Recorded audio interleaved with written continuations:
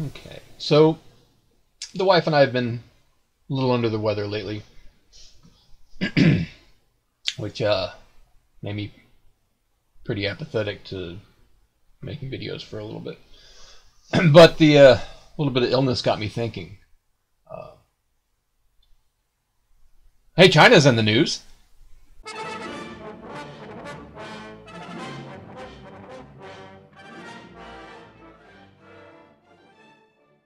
55 Days at Peking is a 1963 historical war and political period piece on the Boxer Rebellion, starring Charlton Heston, Ava Gardner, and David Niven. Now, I had the upward inflection at the end of historical because it was, at the time, scrutinized for its historical inaccuracies. Um, but upon further review, it's close as Hollywood could get. I should mention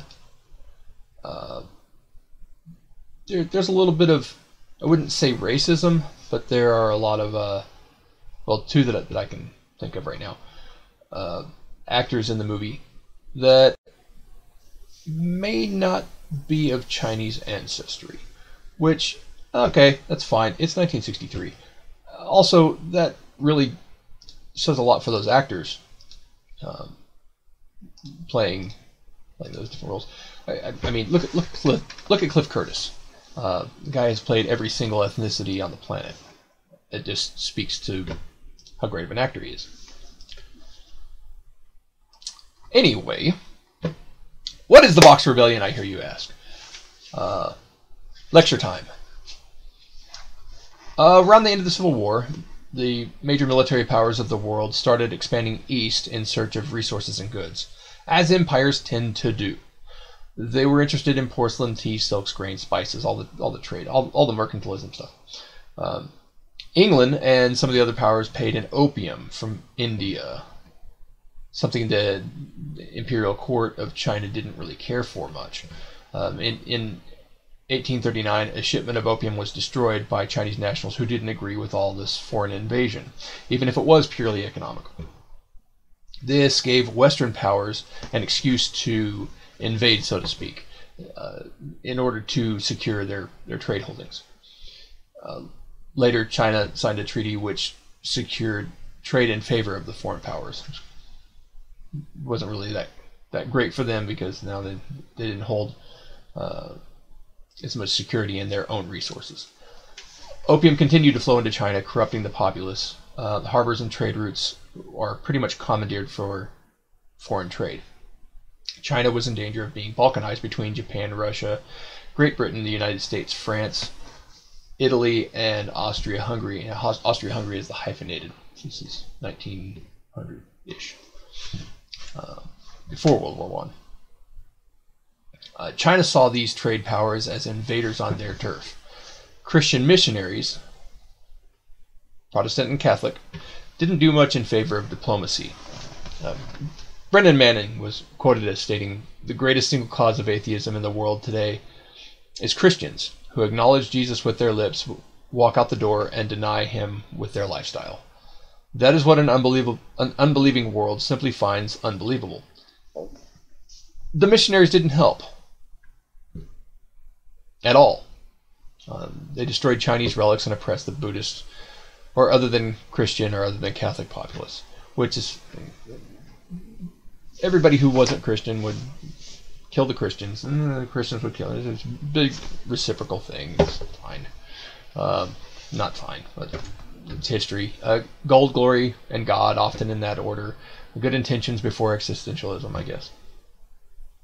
Where the Western powers viewed Eastern powers as barbaric, China viewed invaders as barbaric. Not all cultures or religions equate, whatever. There were a large number of children born at this time of Chinese nationals and foreign visitors. Humans do what humans do. Orphanages were often overrun with, their words, not mine, half-breed children. Converted Chinese Christians were in the same boat as the children. They were outcast, not accepted by the majority populace, especially not the Boxers. Chinese culture was very naturalistic. They attempted to be as harmonious with nature as possible, in accordance with whoever was the head of the empire. Only the emperor or empress could dictate or interpret the will of the gods and the will of heaven. I'm glad it's left up to only one person. 1898 gave China floods which ruined crops, followed by horrible drought. This was interpreted as the gods unleashing punishment for the misconduct of the invaders, who were essentially pillaging the land and destroying people. The only answer to the gods' wrath is to get rid of the Europeans. Kill them all. In rebellious fashion, the sentiment spreads. The Boxers weren't really organized or led. It was just a bit of a movement before the major crisis. As they saw things, it wasn't a rebellion. A rebellion would have been an uprising against the seat of government. They were just trying to get rid of the riffraff.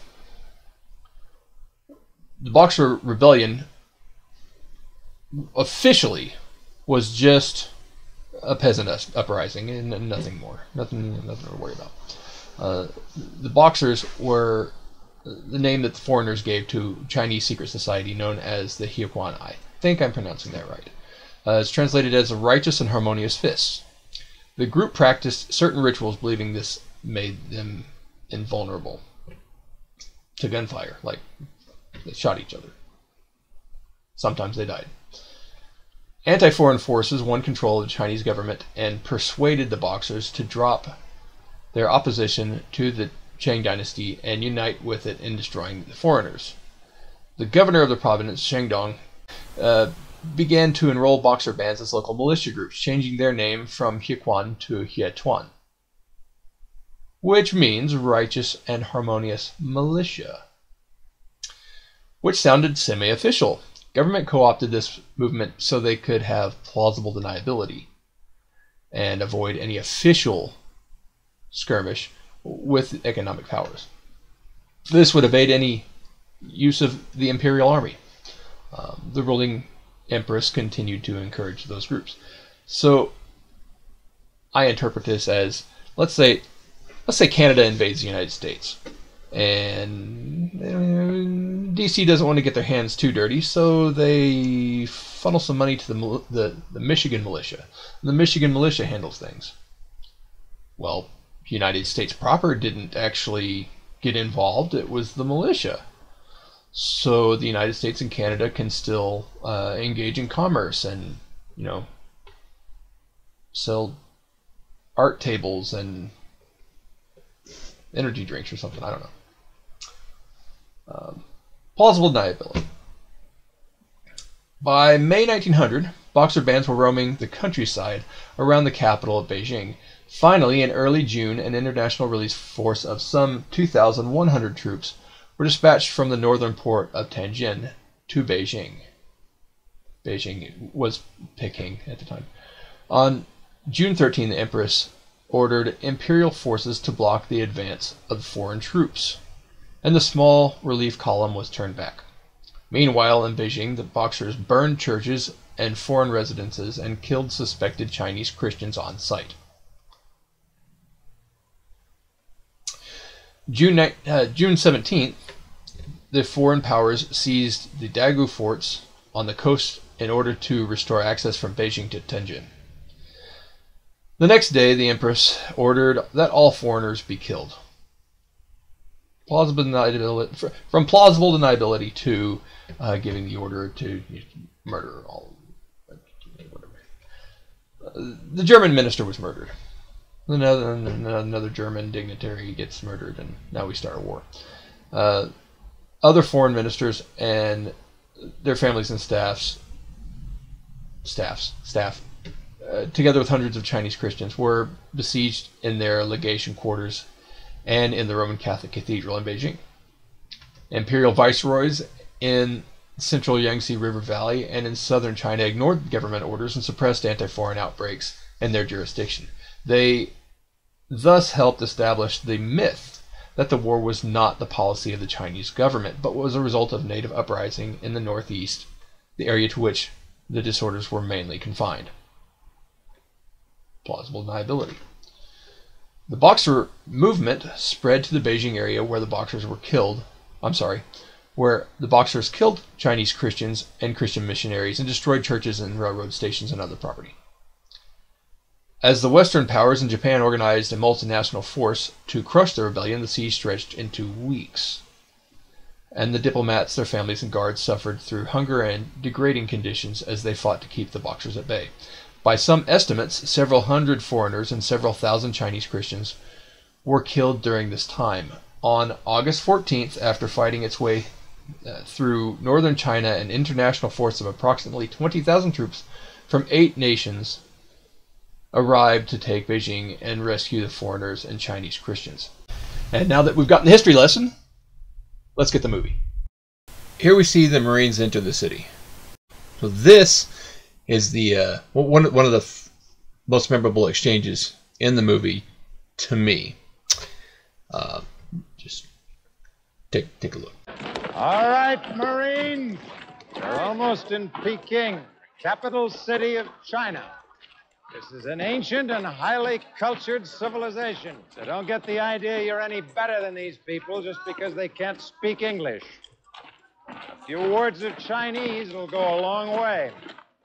Repeat after me. The word for yes is shit.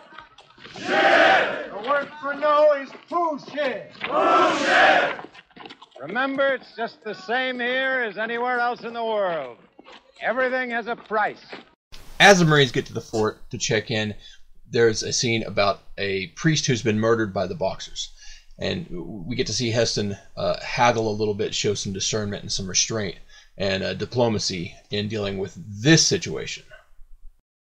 So while the Marines are marching to what amounts to be the makeshift barracks, it's a hotel, we get the subplots of Teresa, which is a daughter of one of the captains, and the subplot of a baroness played by Ava Gardner, who happens to have a very valuable necklace, which comes into play later. This also sets up the love interest between Ava Gardner and Charlton Heston. This scene is incredibly heartwarming as Teresa finds her dad, and he didn't even know she was looking for him or anywhere near Peking.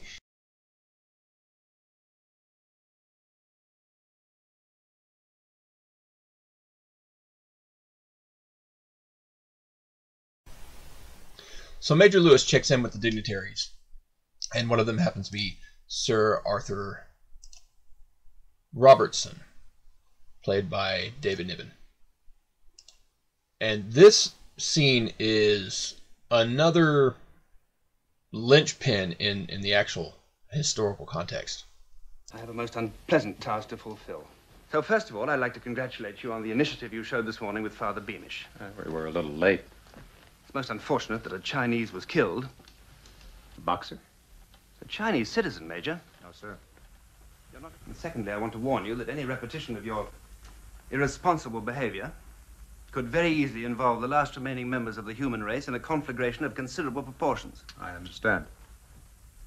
And lastly, since your own minister is suffering from what might turn out to be a diplomatic illness, it is I who have to tell you that your presence in this city is no longer required. No longer required by whom? Major, I am just relaying a message from your own legation. Personally, I'd be delighted if you stayed. Look, I suppose you know all hell's going to break loose here. If all hell is going to break loose, it will not be because we have provoked it. So we'll all just walk softly and hope for the best. Even if we walk on our knees, we can't stop this. There are Boxers everywhere. They're killing every white man, especially missionaries, and every Chinese Christian they can find.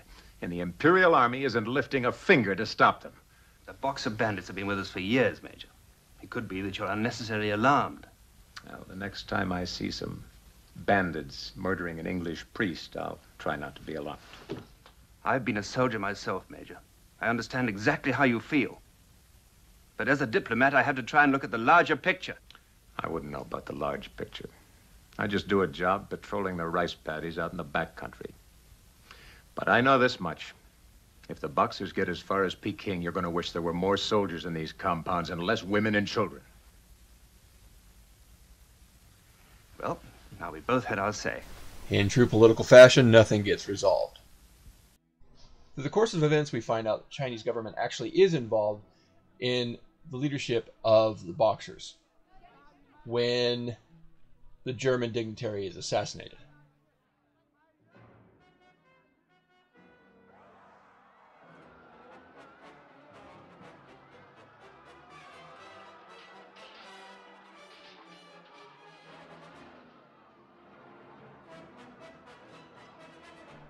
Right here is the tell.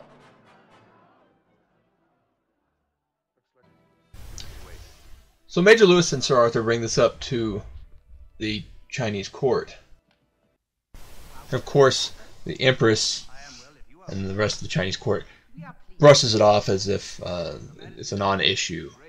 That there's no proof, there's no evidence that the Chinese court proper has any hand at a peasant uprising, and it's seen as nothing more.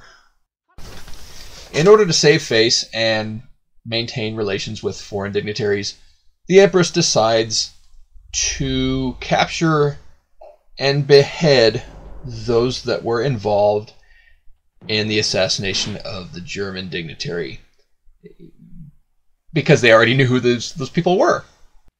Several more things don't go well, and Marines and I suppose it would be Allied forces at this point are forced to barricade themselves. So the Boxers make their charge against the foreign forces, and there is quite a bit of carnage, including the death of the captain, which was Teresa's father. Major Lewis then has to deliver the message to Teresa that her father has died. Previously they discussed Teresa coming to live in the United States with him, as she's not wanted in China. But now that the captain is dead, that's no longer an option. I guess you know there's been some fighting. As I said, there's something I have to tell you. Is it about my father? Yes.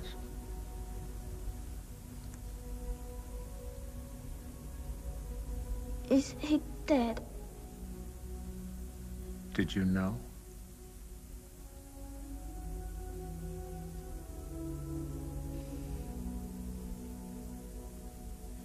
Well,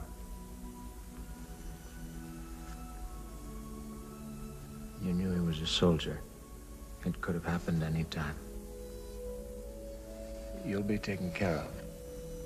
You won't have to worry about anything. I guess you'll be all right now, huh? Won't I be going home then? Home.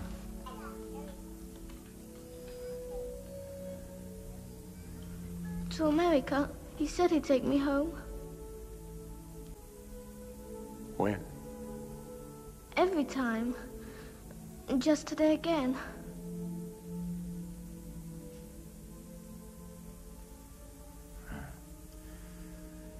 I don't think you'd like it there.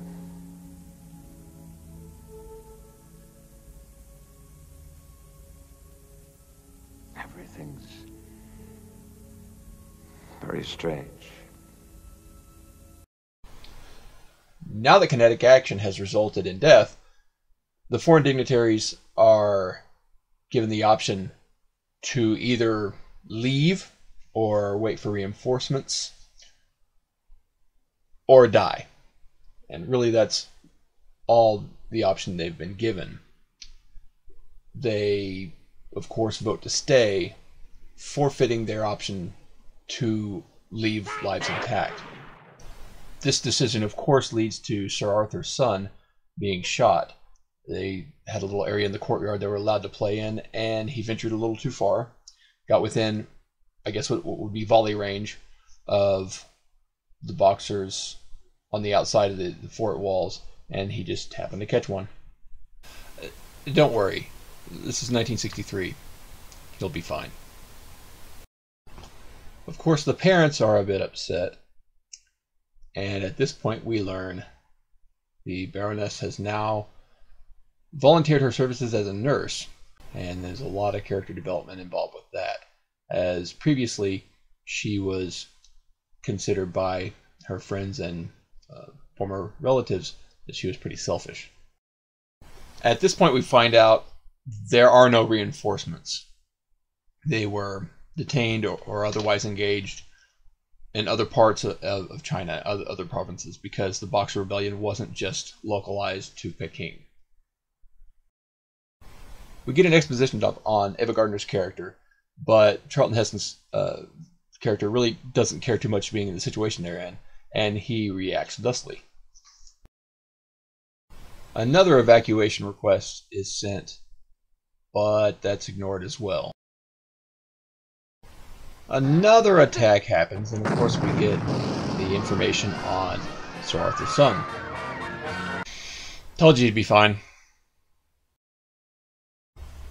Major Lewis leads a joint effort to destroy one of the weapons bunkers, and they are successful. The Imperial Court is not thrilled.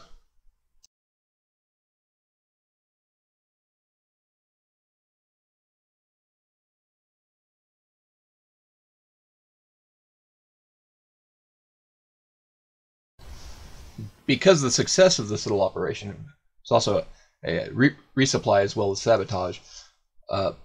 Chinese court knows when they're beaten, so they allow for a bit of a reprieve. They call a truce for a bit, so Allied forces have an opportunity to either retreat, collect their things. We'll give you another opportunity to leave. During the ceasefire, they receive word that there are reinforcements in Tientsin. So, a group of people that have been voluntold get to send word to Tientsin, and Allied forces have the opportunity to resupply and reinforce. But they need someone to go relay that message, and of course, Major Lewis has to lead yet another expedition. While that side quest is going on, another plot point of the hospital is completely out of opiates, ether, all anesthetic. There's no more supply. They're completely exhausted. And a little bit of more character development. The Baroness decides that she is going to help. Back at the other subplot, the Major and a small handful are using the railway to get to Tientsin. Turns out the whole thing was booby-trapped, explodes, killing everybody but Major Lewis and one other. So they attempt to escape and get back to Peking.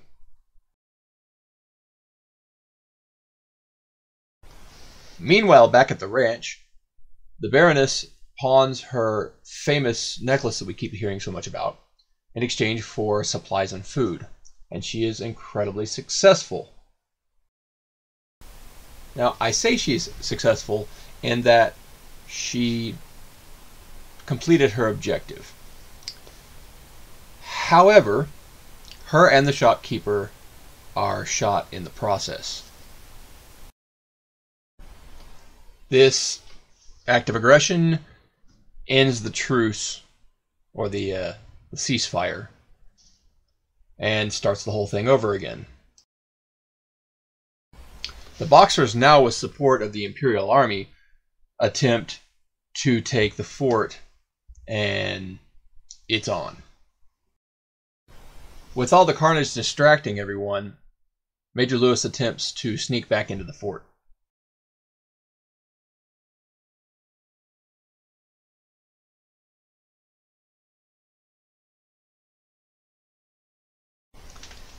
He's successful at getting his Marine back, but it turns out it was just a little too late. It was a nice little exercise in futility. We then find out the Baroness did not make it either. Just when you think things can't get any worse, the Boxers, empowered by the Chinese Imperial Army, attempt a siege tower complete with rockets. And this introduces more a character that I find very interesting. He's, to me, the guy is played sort of like the priest from Dead Alive, the Kung Fu priest. They retaliate by essentially making launchable Molotovs, and that completely obliterates the tower.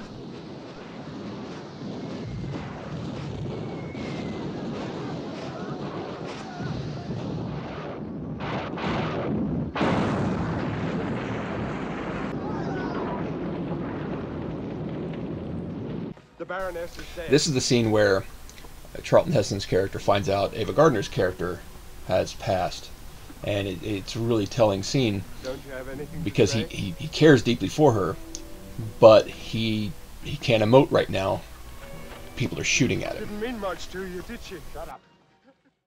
We get to August the 14th. They've held out for 55 days, and just as they figure this is the last one, it seems to be the last one. Boxers, empowered by the Imperial Chinese, are making one last run. We're led to believe this is the final assault, the big charge. Custer's last stand, so to speak. But there's something funny about this one. It's not the same type of charge. They're a little more frantic. Turns out it's a retreat, but the Boxers are running away from the reinforcement column that's coming up behind them. Reinforcements have finally arrived.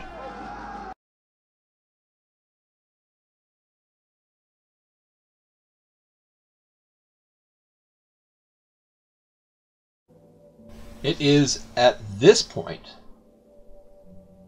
the Empress realizes that they need to get out of Dodge because the foreign powers might not be too happy with this weird little peasant uprising official insurrection aided by the Chinese government. She realizes this signals the end of dynasty in China completely. The Chinese Empire will effectively collapse after this event. We get some fanfare and a parade as the movie starts to wrap up.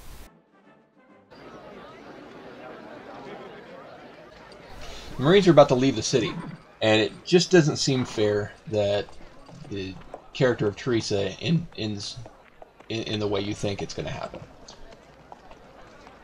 But we get this really nice, heartwarming Santa Claus moment with Major Lewis because he can't leave her there.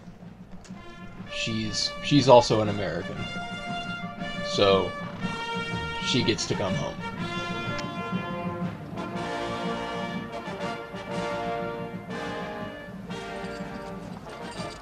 Here. Take my hand.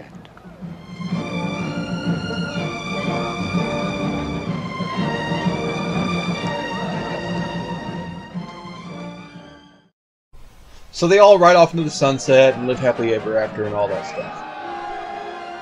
Except for China. After extensive discussions, a protocol was finally signed in September 1901, ending the hostilities and providing for reparations to be made to the foreign powers.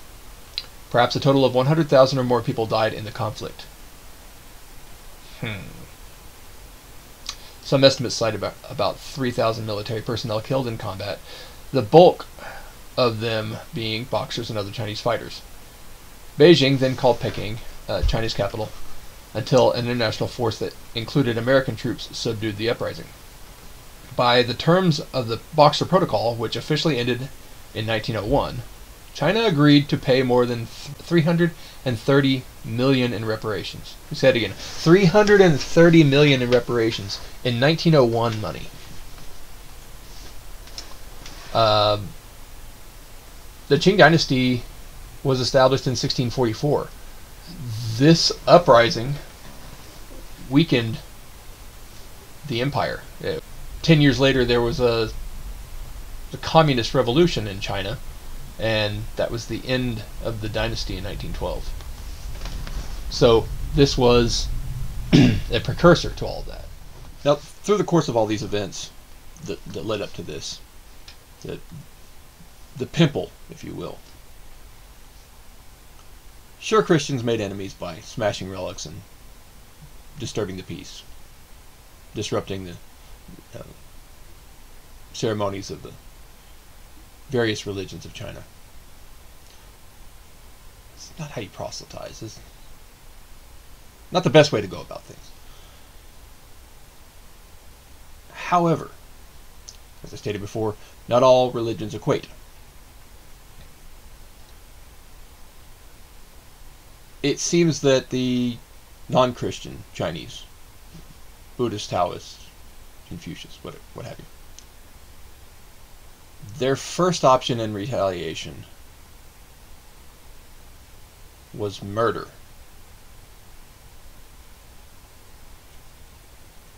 I find that interesting. Sorry for the jump cuts. This did take a bit of time to put together.